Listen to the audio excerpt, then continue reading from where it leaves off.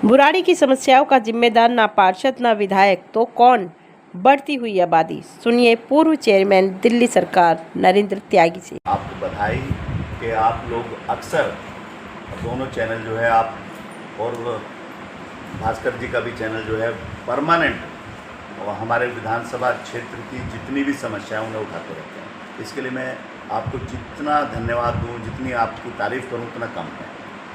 आपने बहुत बुनियादी सवाल मुझसे पूछा, लेकिन इसमें जिम्मेवार कोई नहीं है। ना तो मैं इसमें आम आदमी पार्टी के जो विधायक हैं संजीव झा जी उनको कह सकता हूँ, ना जितने काउंसलर हैं चाहे वो बीजेपी से हैं चाहे किसी और पार्टी से हैं तो उनको कह सकता हूँ, क्योंकि यहाँ पे रोज़ रोज़ कॉलोनी का डेवलपमेंट हो रहा है, उसके साथ साथ जनसंख्या भी बढ़ रही है, आबादी इतनी बढ़ती जा रही है कि उसमें सुविधाएं कम पड़ जाती हैं और ये एक बहुत बड़ा मेन कारण है। और देखिए, जब कॉलोनियाँ होती हैं और वो पूरी तरह से विकसित नहीं होती तो बहुत सारी सुविधाएं उनको चाहिए होती हैं और उसके लिए कितना भी काम कर लिया जाए वो पूरी नहीं हो पाती। लेकिन हमारे यहाँ के जनप्रतिनिधि चाहे किसी भी पार्टी से हैं, चाहे वो एमपी है, चाहे एमएलए है, चाहे काउंसलर हैं, वो बहुत शिद्दत के साथ काम करने में जुटे हुए हैं। और इतनी बड़ी कॉलोनी दिल्ली के अंदर एक भी नहीं है, इतनी बड़ी विधानसभा, यहाँ पे 10 लाख लोग रह रहे हैं, 10 लाख लोग, और मेरे ख्याल में 4, साढ़े 4, 5 लाख के करीब वोट भी हो गई हैं। तो आप ये समझिए कि 10 लाख में पार्लियामेंट का एक क्षेत्र बन जाता है।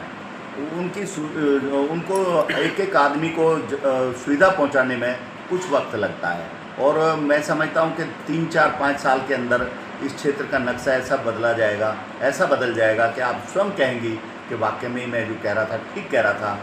क्योंकि 5-7 साल तो मेरी उम्र चाहे कितनी भी है लेकिन रहूँगा, और यहाँ जब तक कॉलोनी के लोगों को सुविधाएं नहीं मिल जाएंगी, आपके साथ मैं इस तरह ही वार्ता करता रहूँगा। नरेंद्र त्यागी जी, आपका राजनीति से बहुत लंबा लगाव रहा है, बहुत लंबा अनुभव है आपको। तो बुराड़ी की इस समय जो बदहाल स्थिति है, इसकी सुधार के लिए आप अपने क्षेत्रीय निगम पार्षद या क्षेत्रीय जनप्रतिनिधि विधायक संजीव झा के लिए यहाँ की बदहाल स्थिति सुधारने के लिए क्या सुझाव देंगे? मैं अक्सर उनसे बात करता रहता हूँ, वो भी मुझसे जो है समय समय पे सलाह लेते हैं। ऐसा नहीं है कि वो नहीं लेते, विधायक भी मुझसे सलाह लेते हैं, काउंसलर भी सलाह लेते हैं और पूछते हैं कि कोई कमी रह गई है तो मैं बताता हूँ कि हाँ फला जगह कमी है, क्योंकि मैं कह नहीं सकता कि कमी नहीं है, कमी है और उनको वो दूर भी कर रहे हैं। लेकिन अगर हमारे जैसे लोग उनको नहीं बताएंगे और या कॉलोनी के जो मोजिज़ लोग वो नहीं बताएंगे तो उनको भी कैसे पता लगेगा। इसलिए मैं उनको सुझाव देता हूँ, उसमें अमल भी होता है। कई जगह ऐसी होती हैं जहाँ प्रशासन काम करने में थोड़ा सा डिले कर जाता है, क्योंकि अधिकारी लोग जो है बड़े दूसरे टाइप के होते हैं, उनकी फाइलें चलती हैं, साल भर एक काम में लग जाता है फाइलों के उससे। वरना तो हमारे यहाँ के जनप्रतिनिधि जो है हमारी बात भी मानते हैं, क्षेत्र के लोगों के विकास में पूरी तरह से वो जो है लगे हुए हैं। इसलिए मैं इसमें बिल्कुल कहूँगा कि आपने जो ये प्रश्न पूछा है काउंसलर और एमएलए के बारे में, और एमपी भी इसमें इन्वॉल्व हैं, वो बहुत अच्छी तरह से काम कर रहे हैं। देखिए, वोट बैंक बनकर रह गया है चुनाव। देखिए, वोट बैंक बनकर रह गया है, चुनाव आते ही वादे होते हैं, फिर 5 साल तक कोई पूछने नहीं आता। इस पर आप क्या कहेंगे? ये तो मुझे हंसी का आपका प्रश्न लग रहा है। मैंने दोनों आपके जवाब में कहा है कि हमारे यहाँ के जनप्रतिनिधि दिल्ली के अंदर जितने भी जनप्रतिनिधि हैं उन सबसे अच्छे हैं।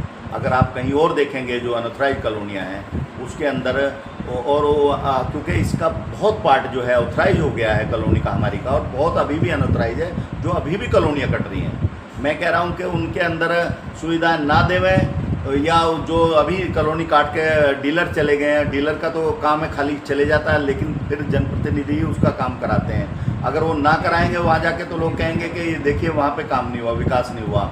इसलिए सब जगह उनको बैलेंस बना के चलना होता है।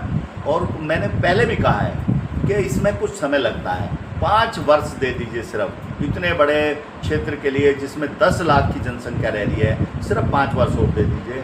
मैं 5 वर्ष के अंदर आपको आपके चैनल पे खुद आके बताऊंगा कि हमारा क्षेत्र कैसा है, और आप स्वयं कहेंगी कि वाकई में ही दिल्ली में सबसे बेहतरीन क्षेत्र बुराड़ी विधानसभा है। जो इस बार जल भराव हुए तो सड़कों पे भी हुए, गलियों में भी हुए, अभी भी बहुत सारी गलियों में पानी लगा हुआ है। इसका मुख्य कारण क्या मानते हैं? मुख्य कारण एक तो ये है कि बारिश बहुत हुई है।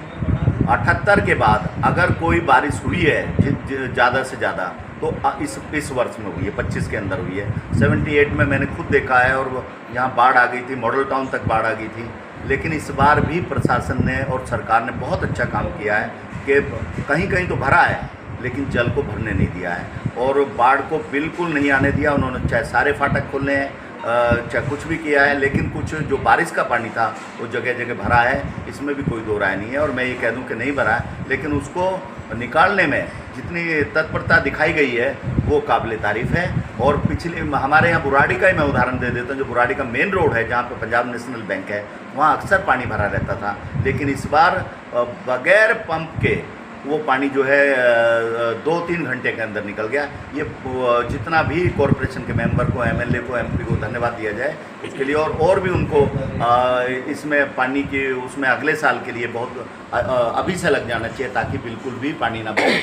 और अगर बारिश ना होगी, बहुत लोग कहते हैं, चैनल वाले भी कह देते हैं, अपना माइक लेके खड़े हो जाते हैं, बाढ़ आ गई दिल्ली के अंदर। अगर पानी नहीं बरसेगा तो चोया इतना नीचे चले जाएगा कि लोगों को पानी मिलना मुश्किल हो जाएगा, पानी पीने के लिए नहीं मिलेगा, और त्राही माम मच जाएगा। इसलिए पानी बरसना भी बहुत ज़रूरी है, और थोड़ा बहुत जो है जीवन को पानी की बहुत ज़रूरत है।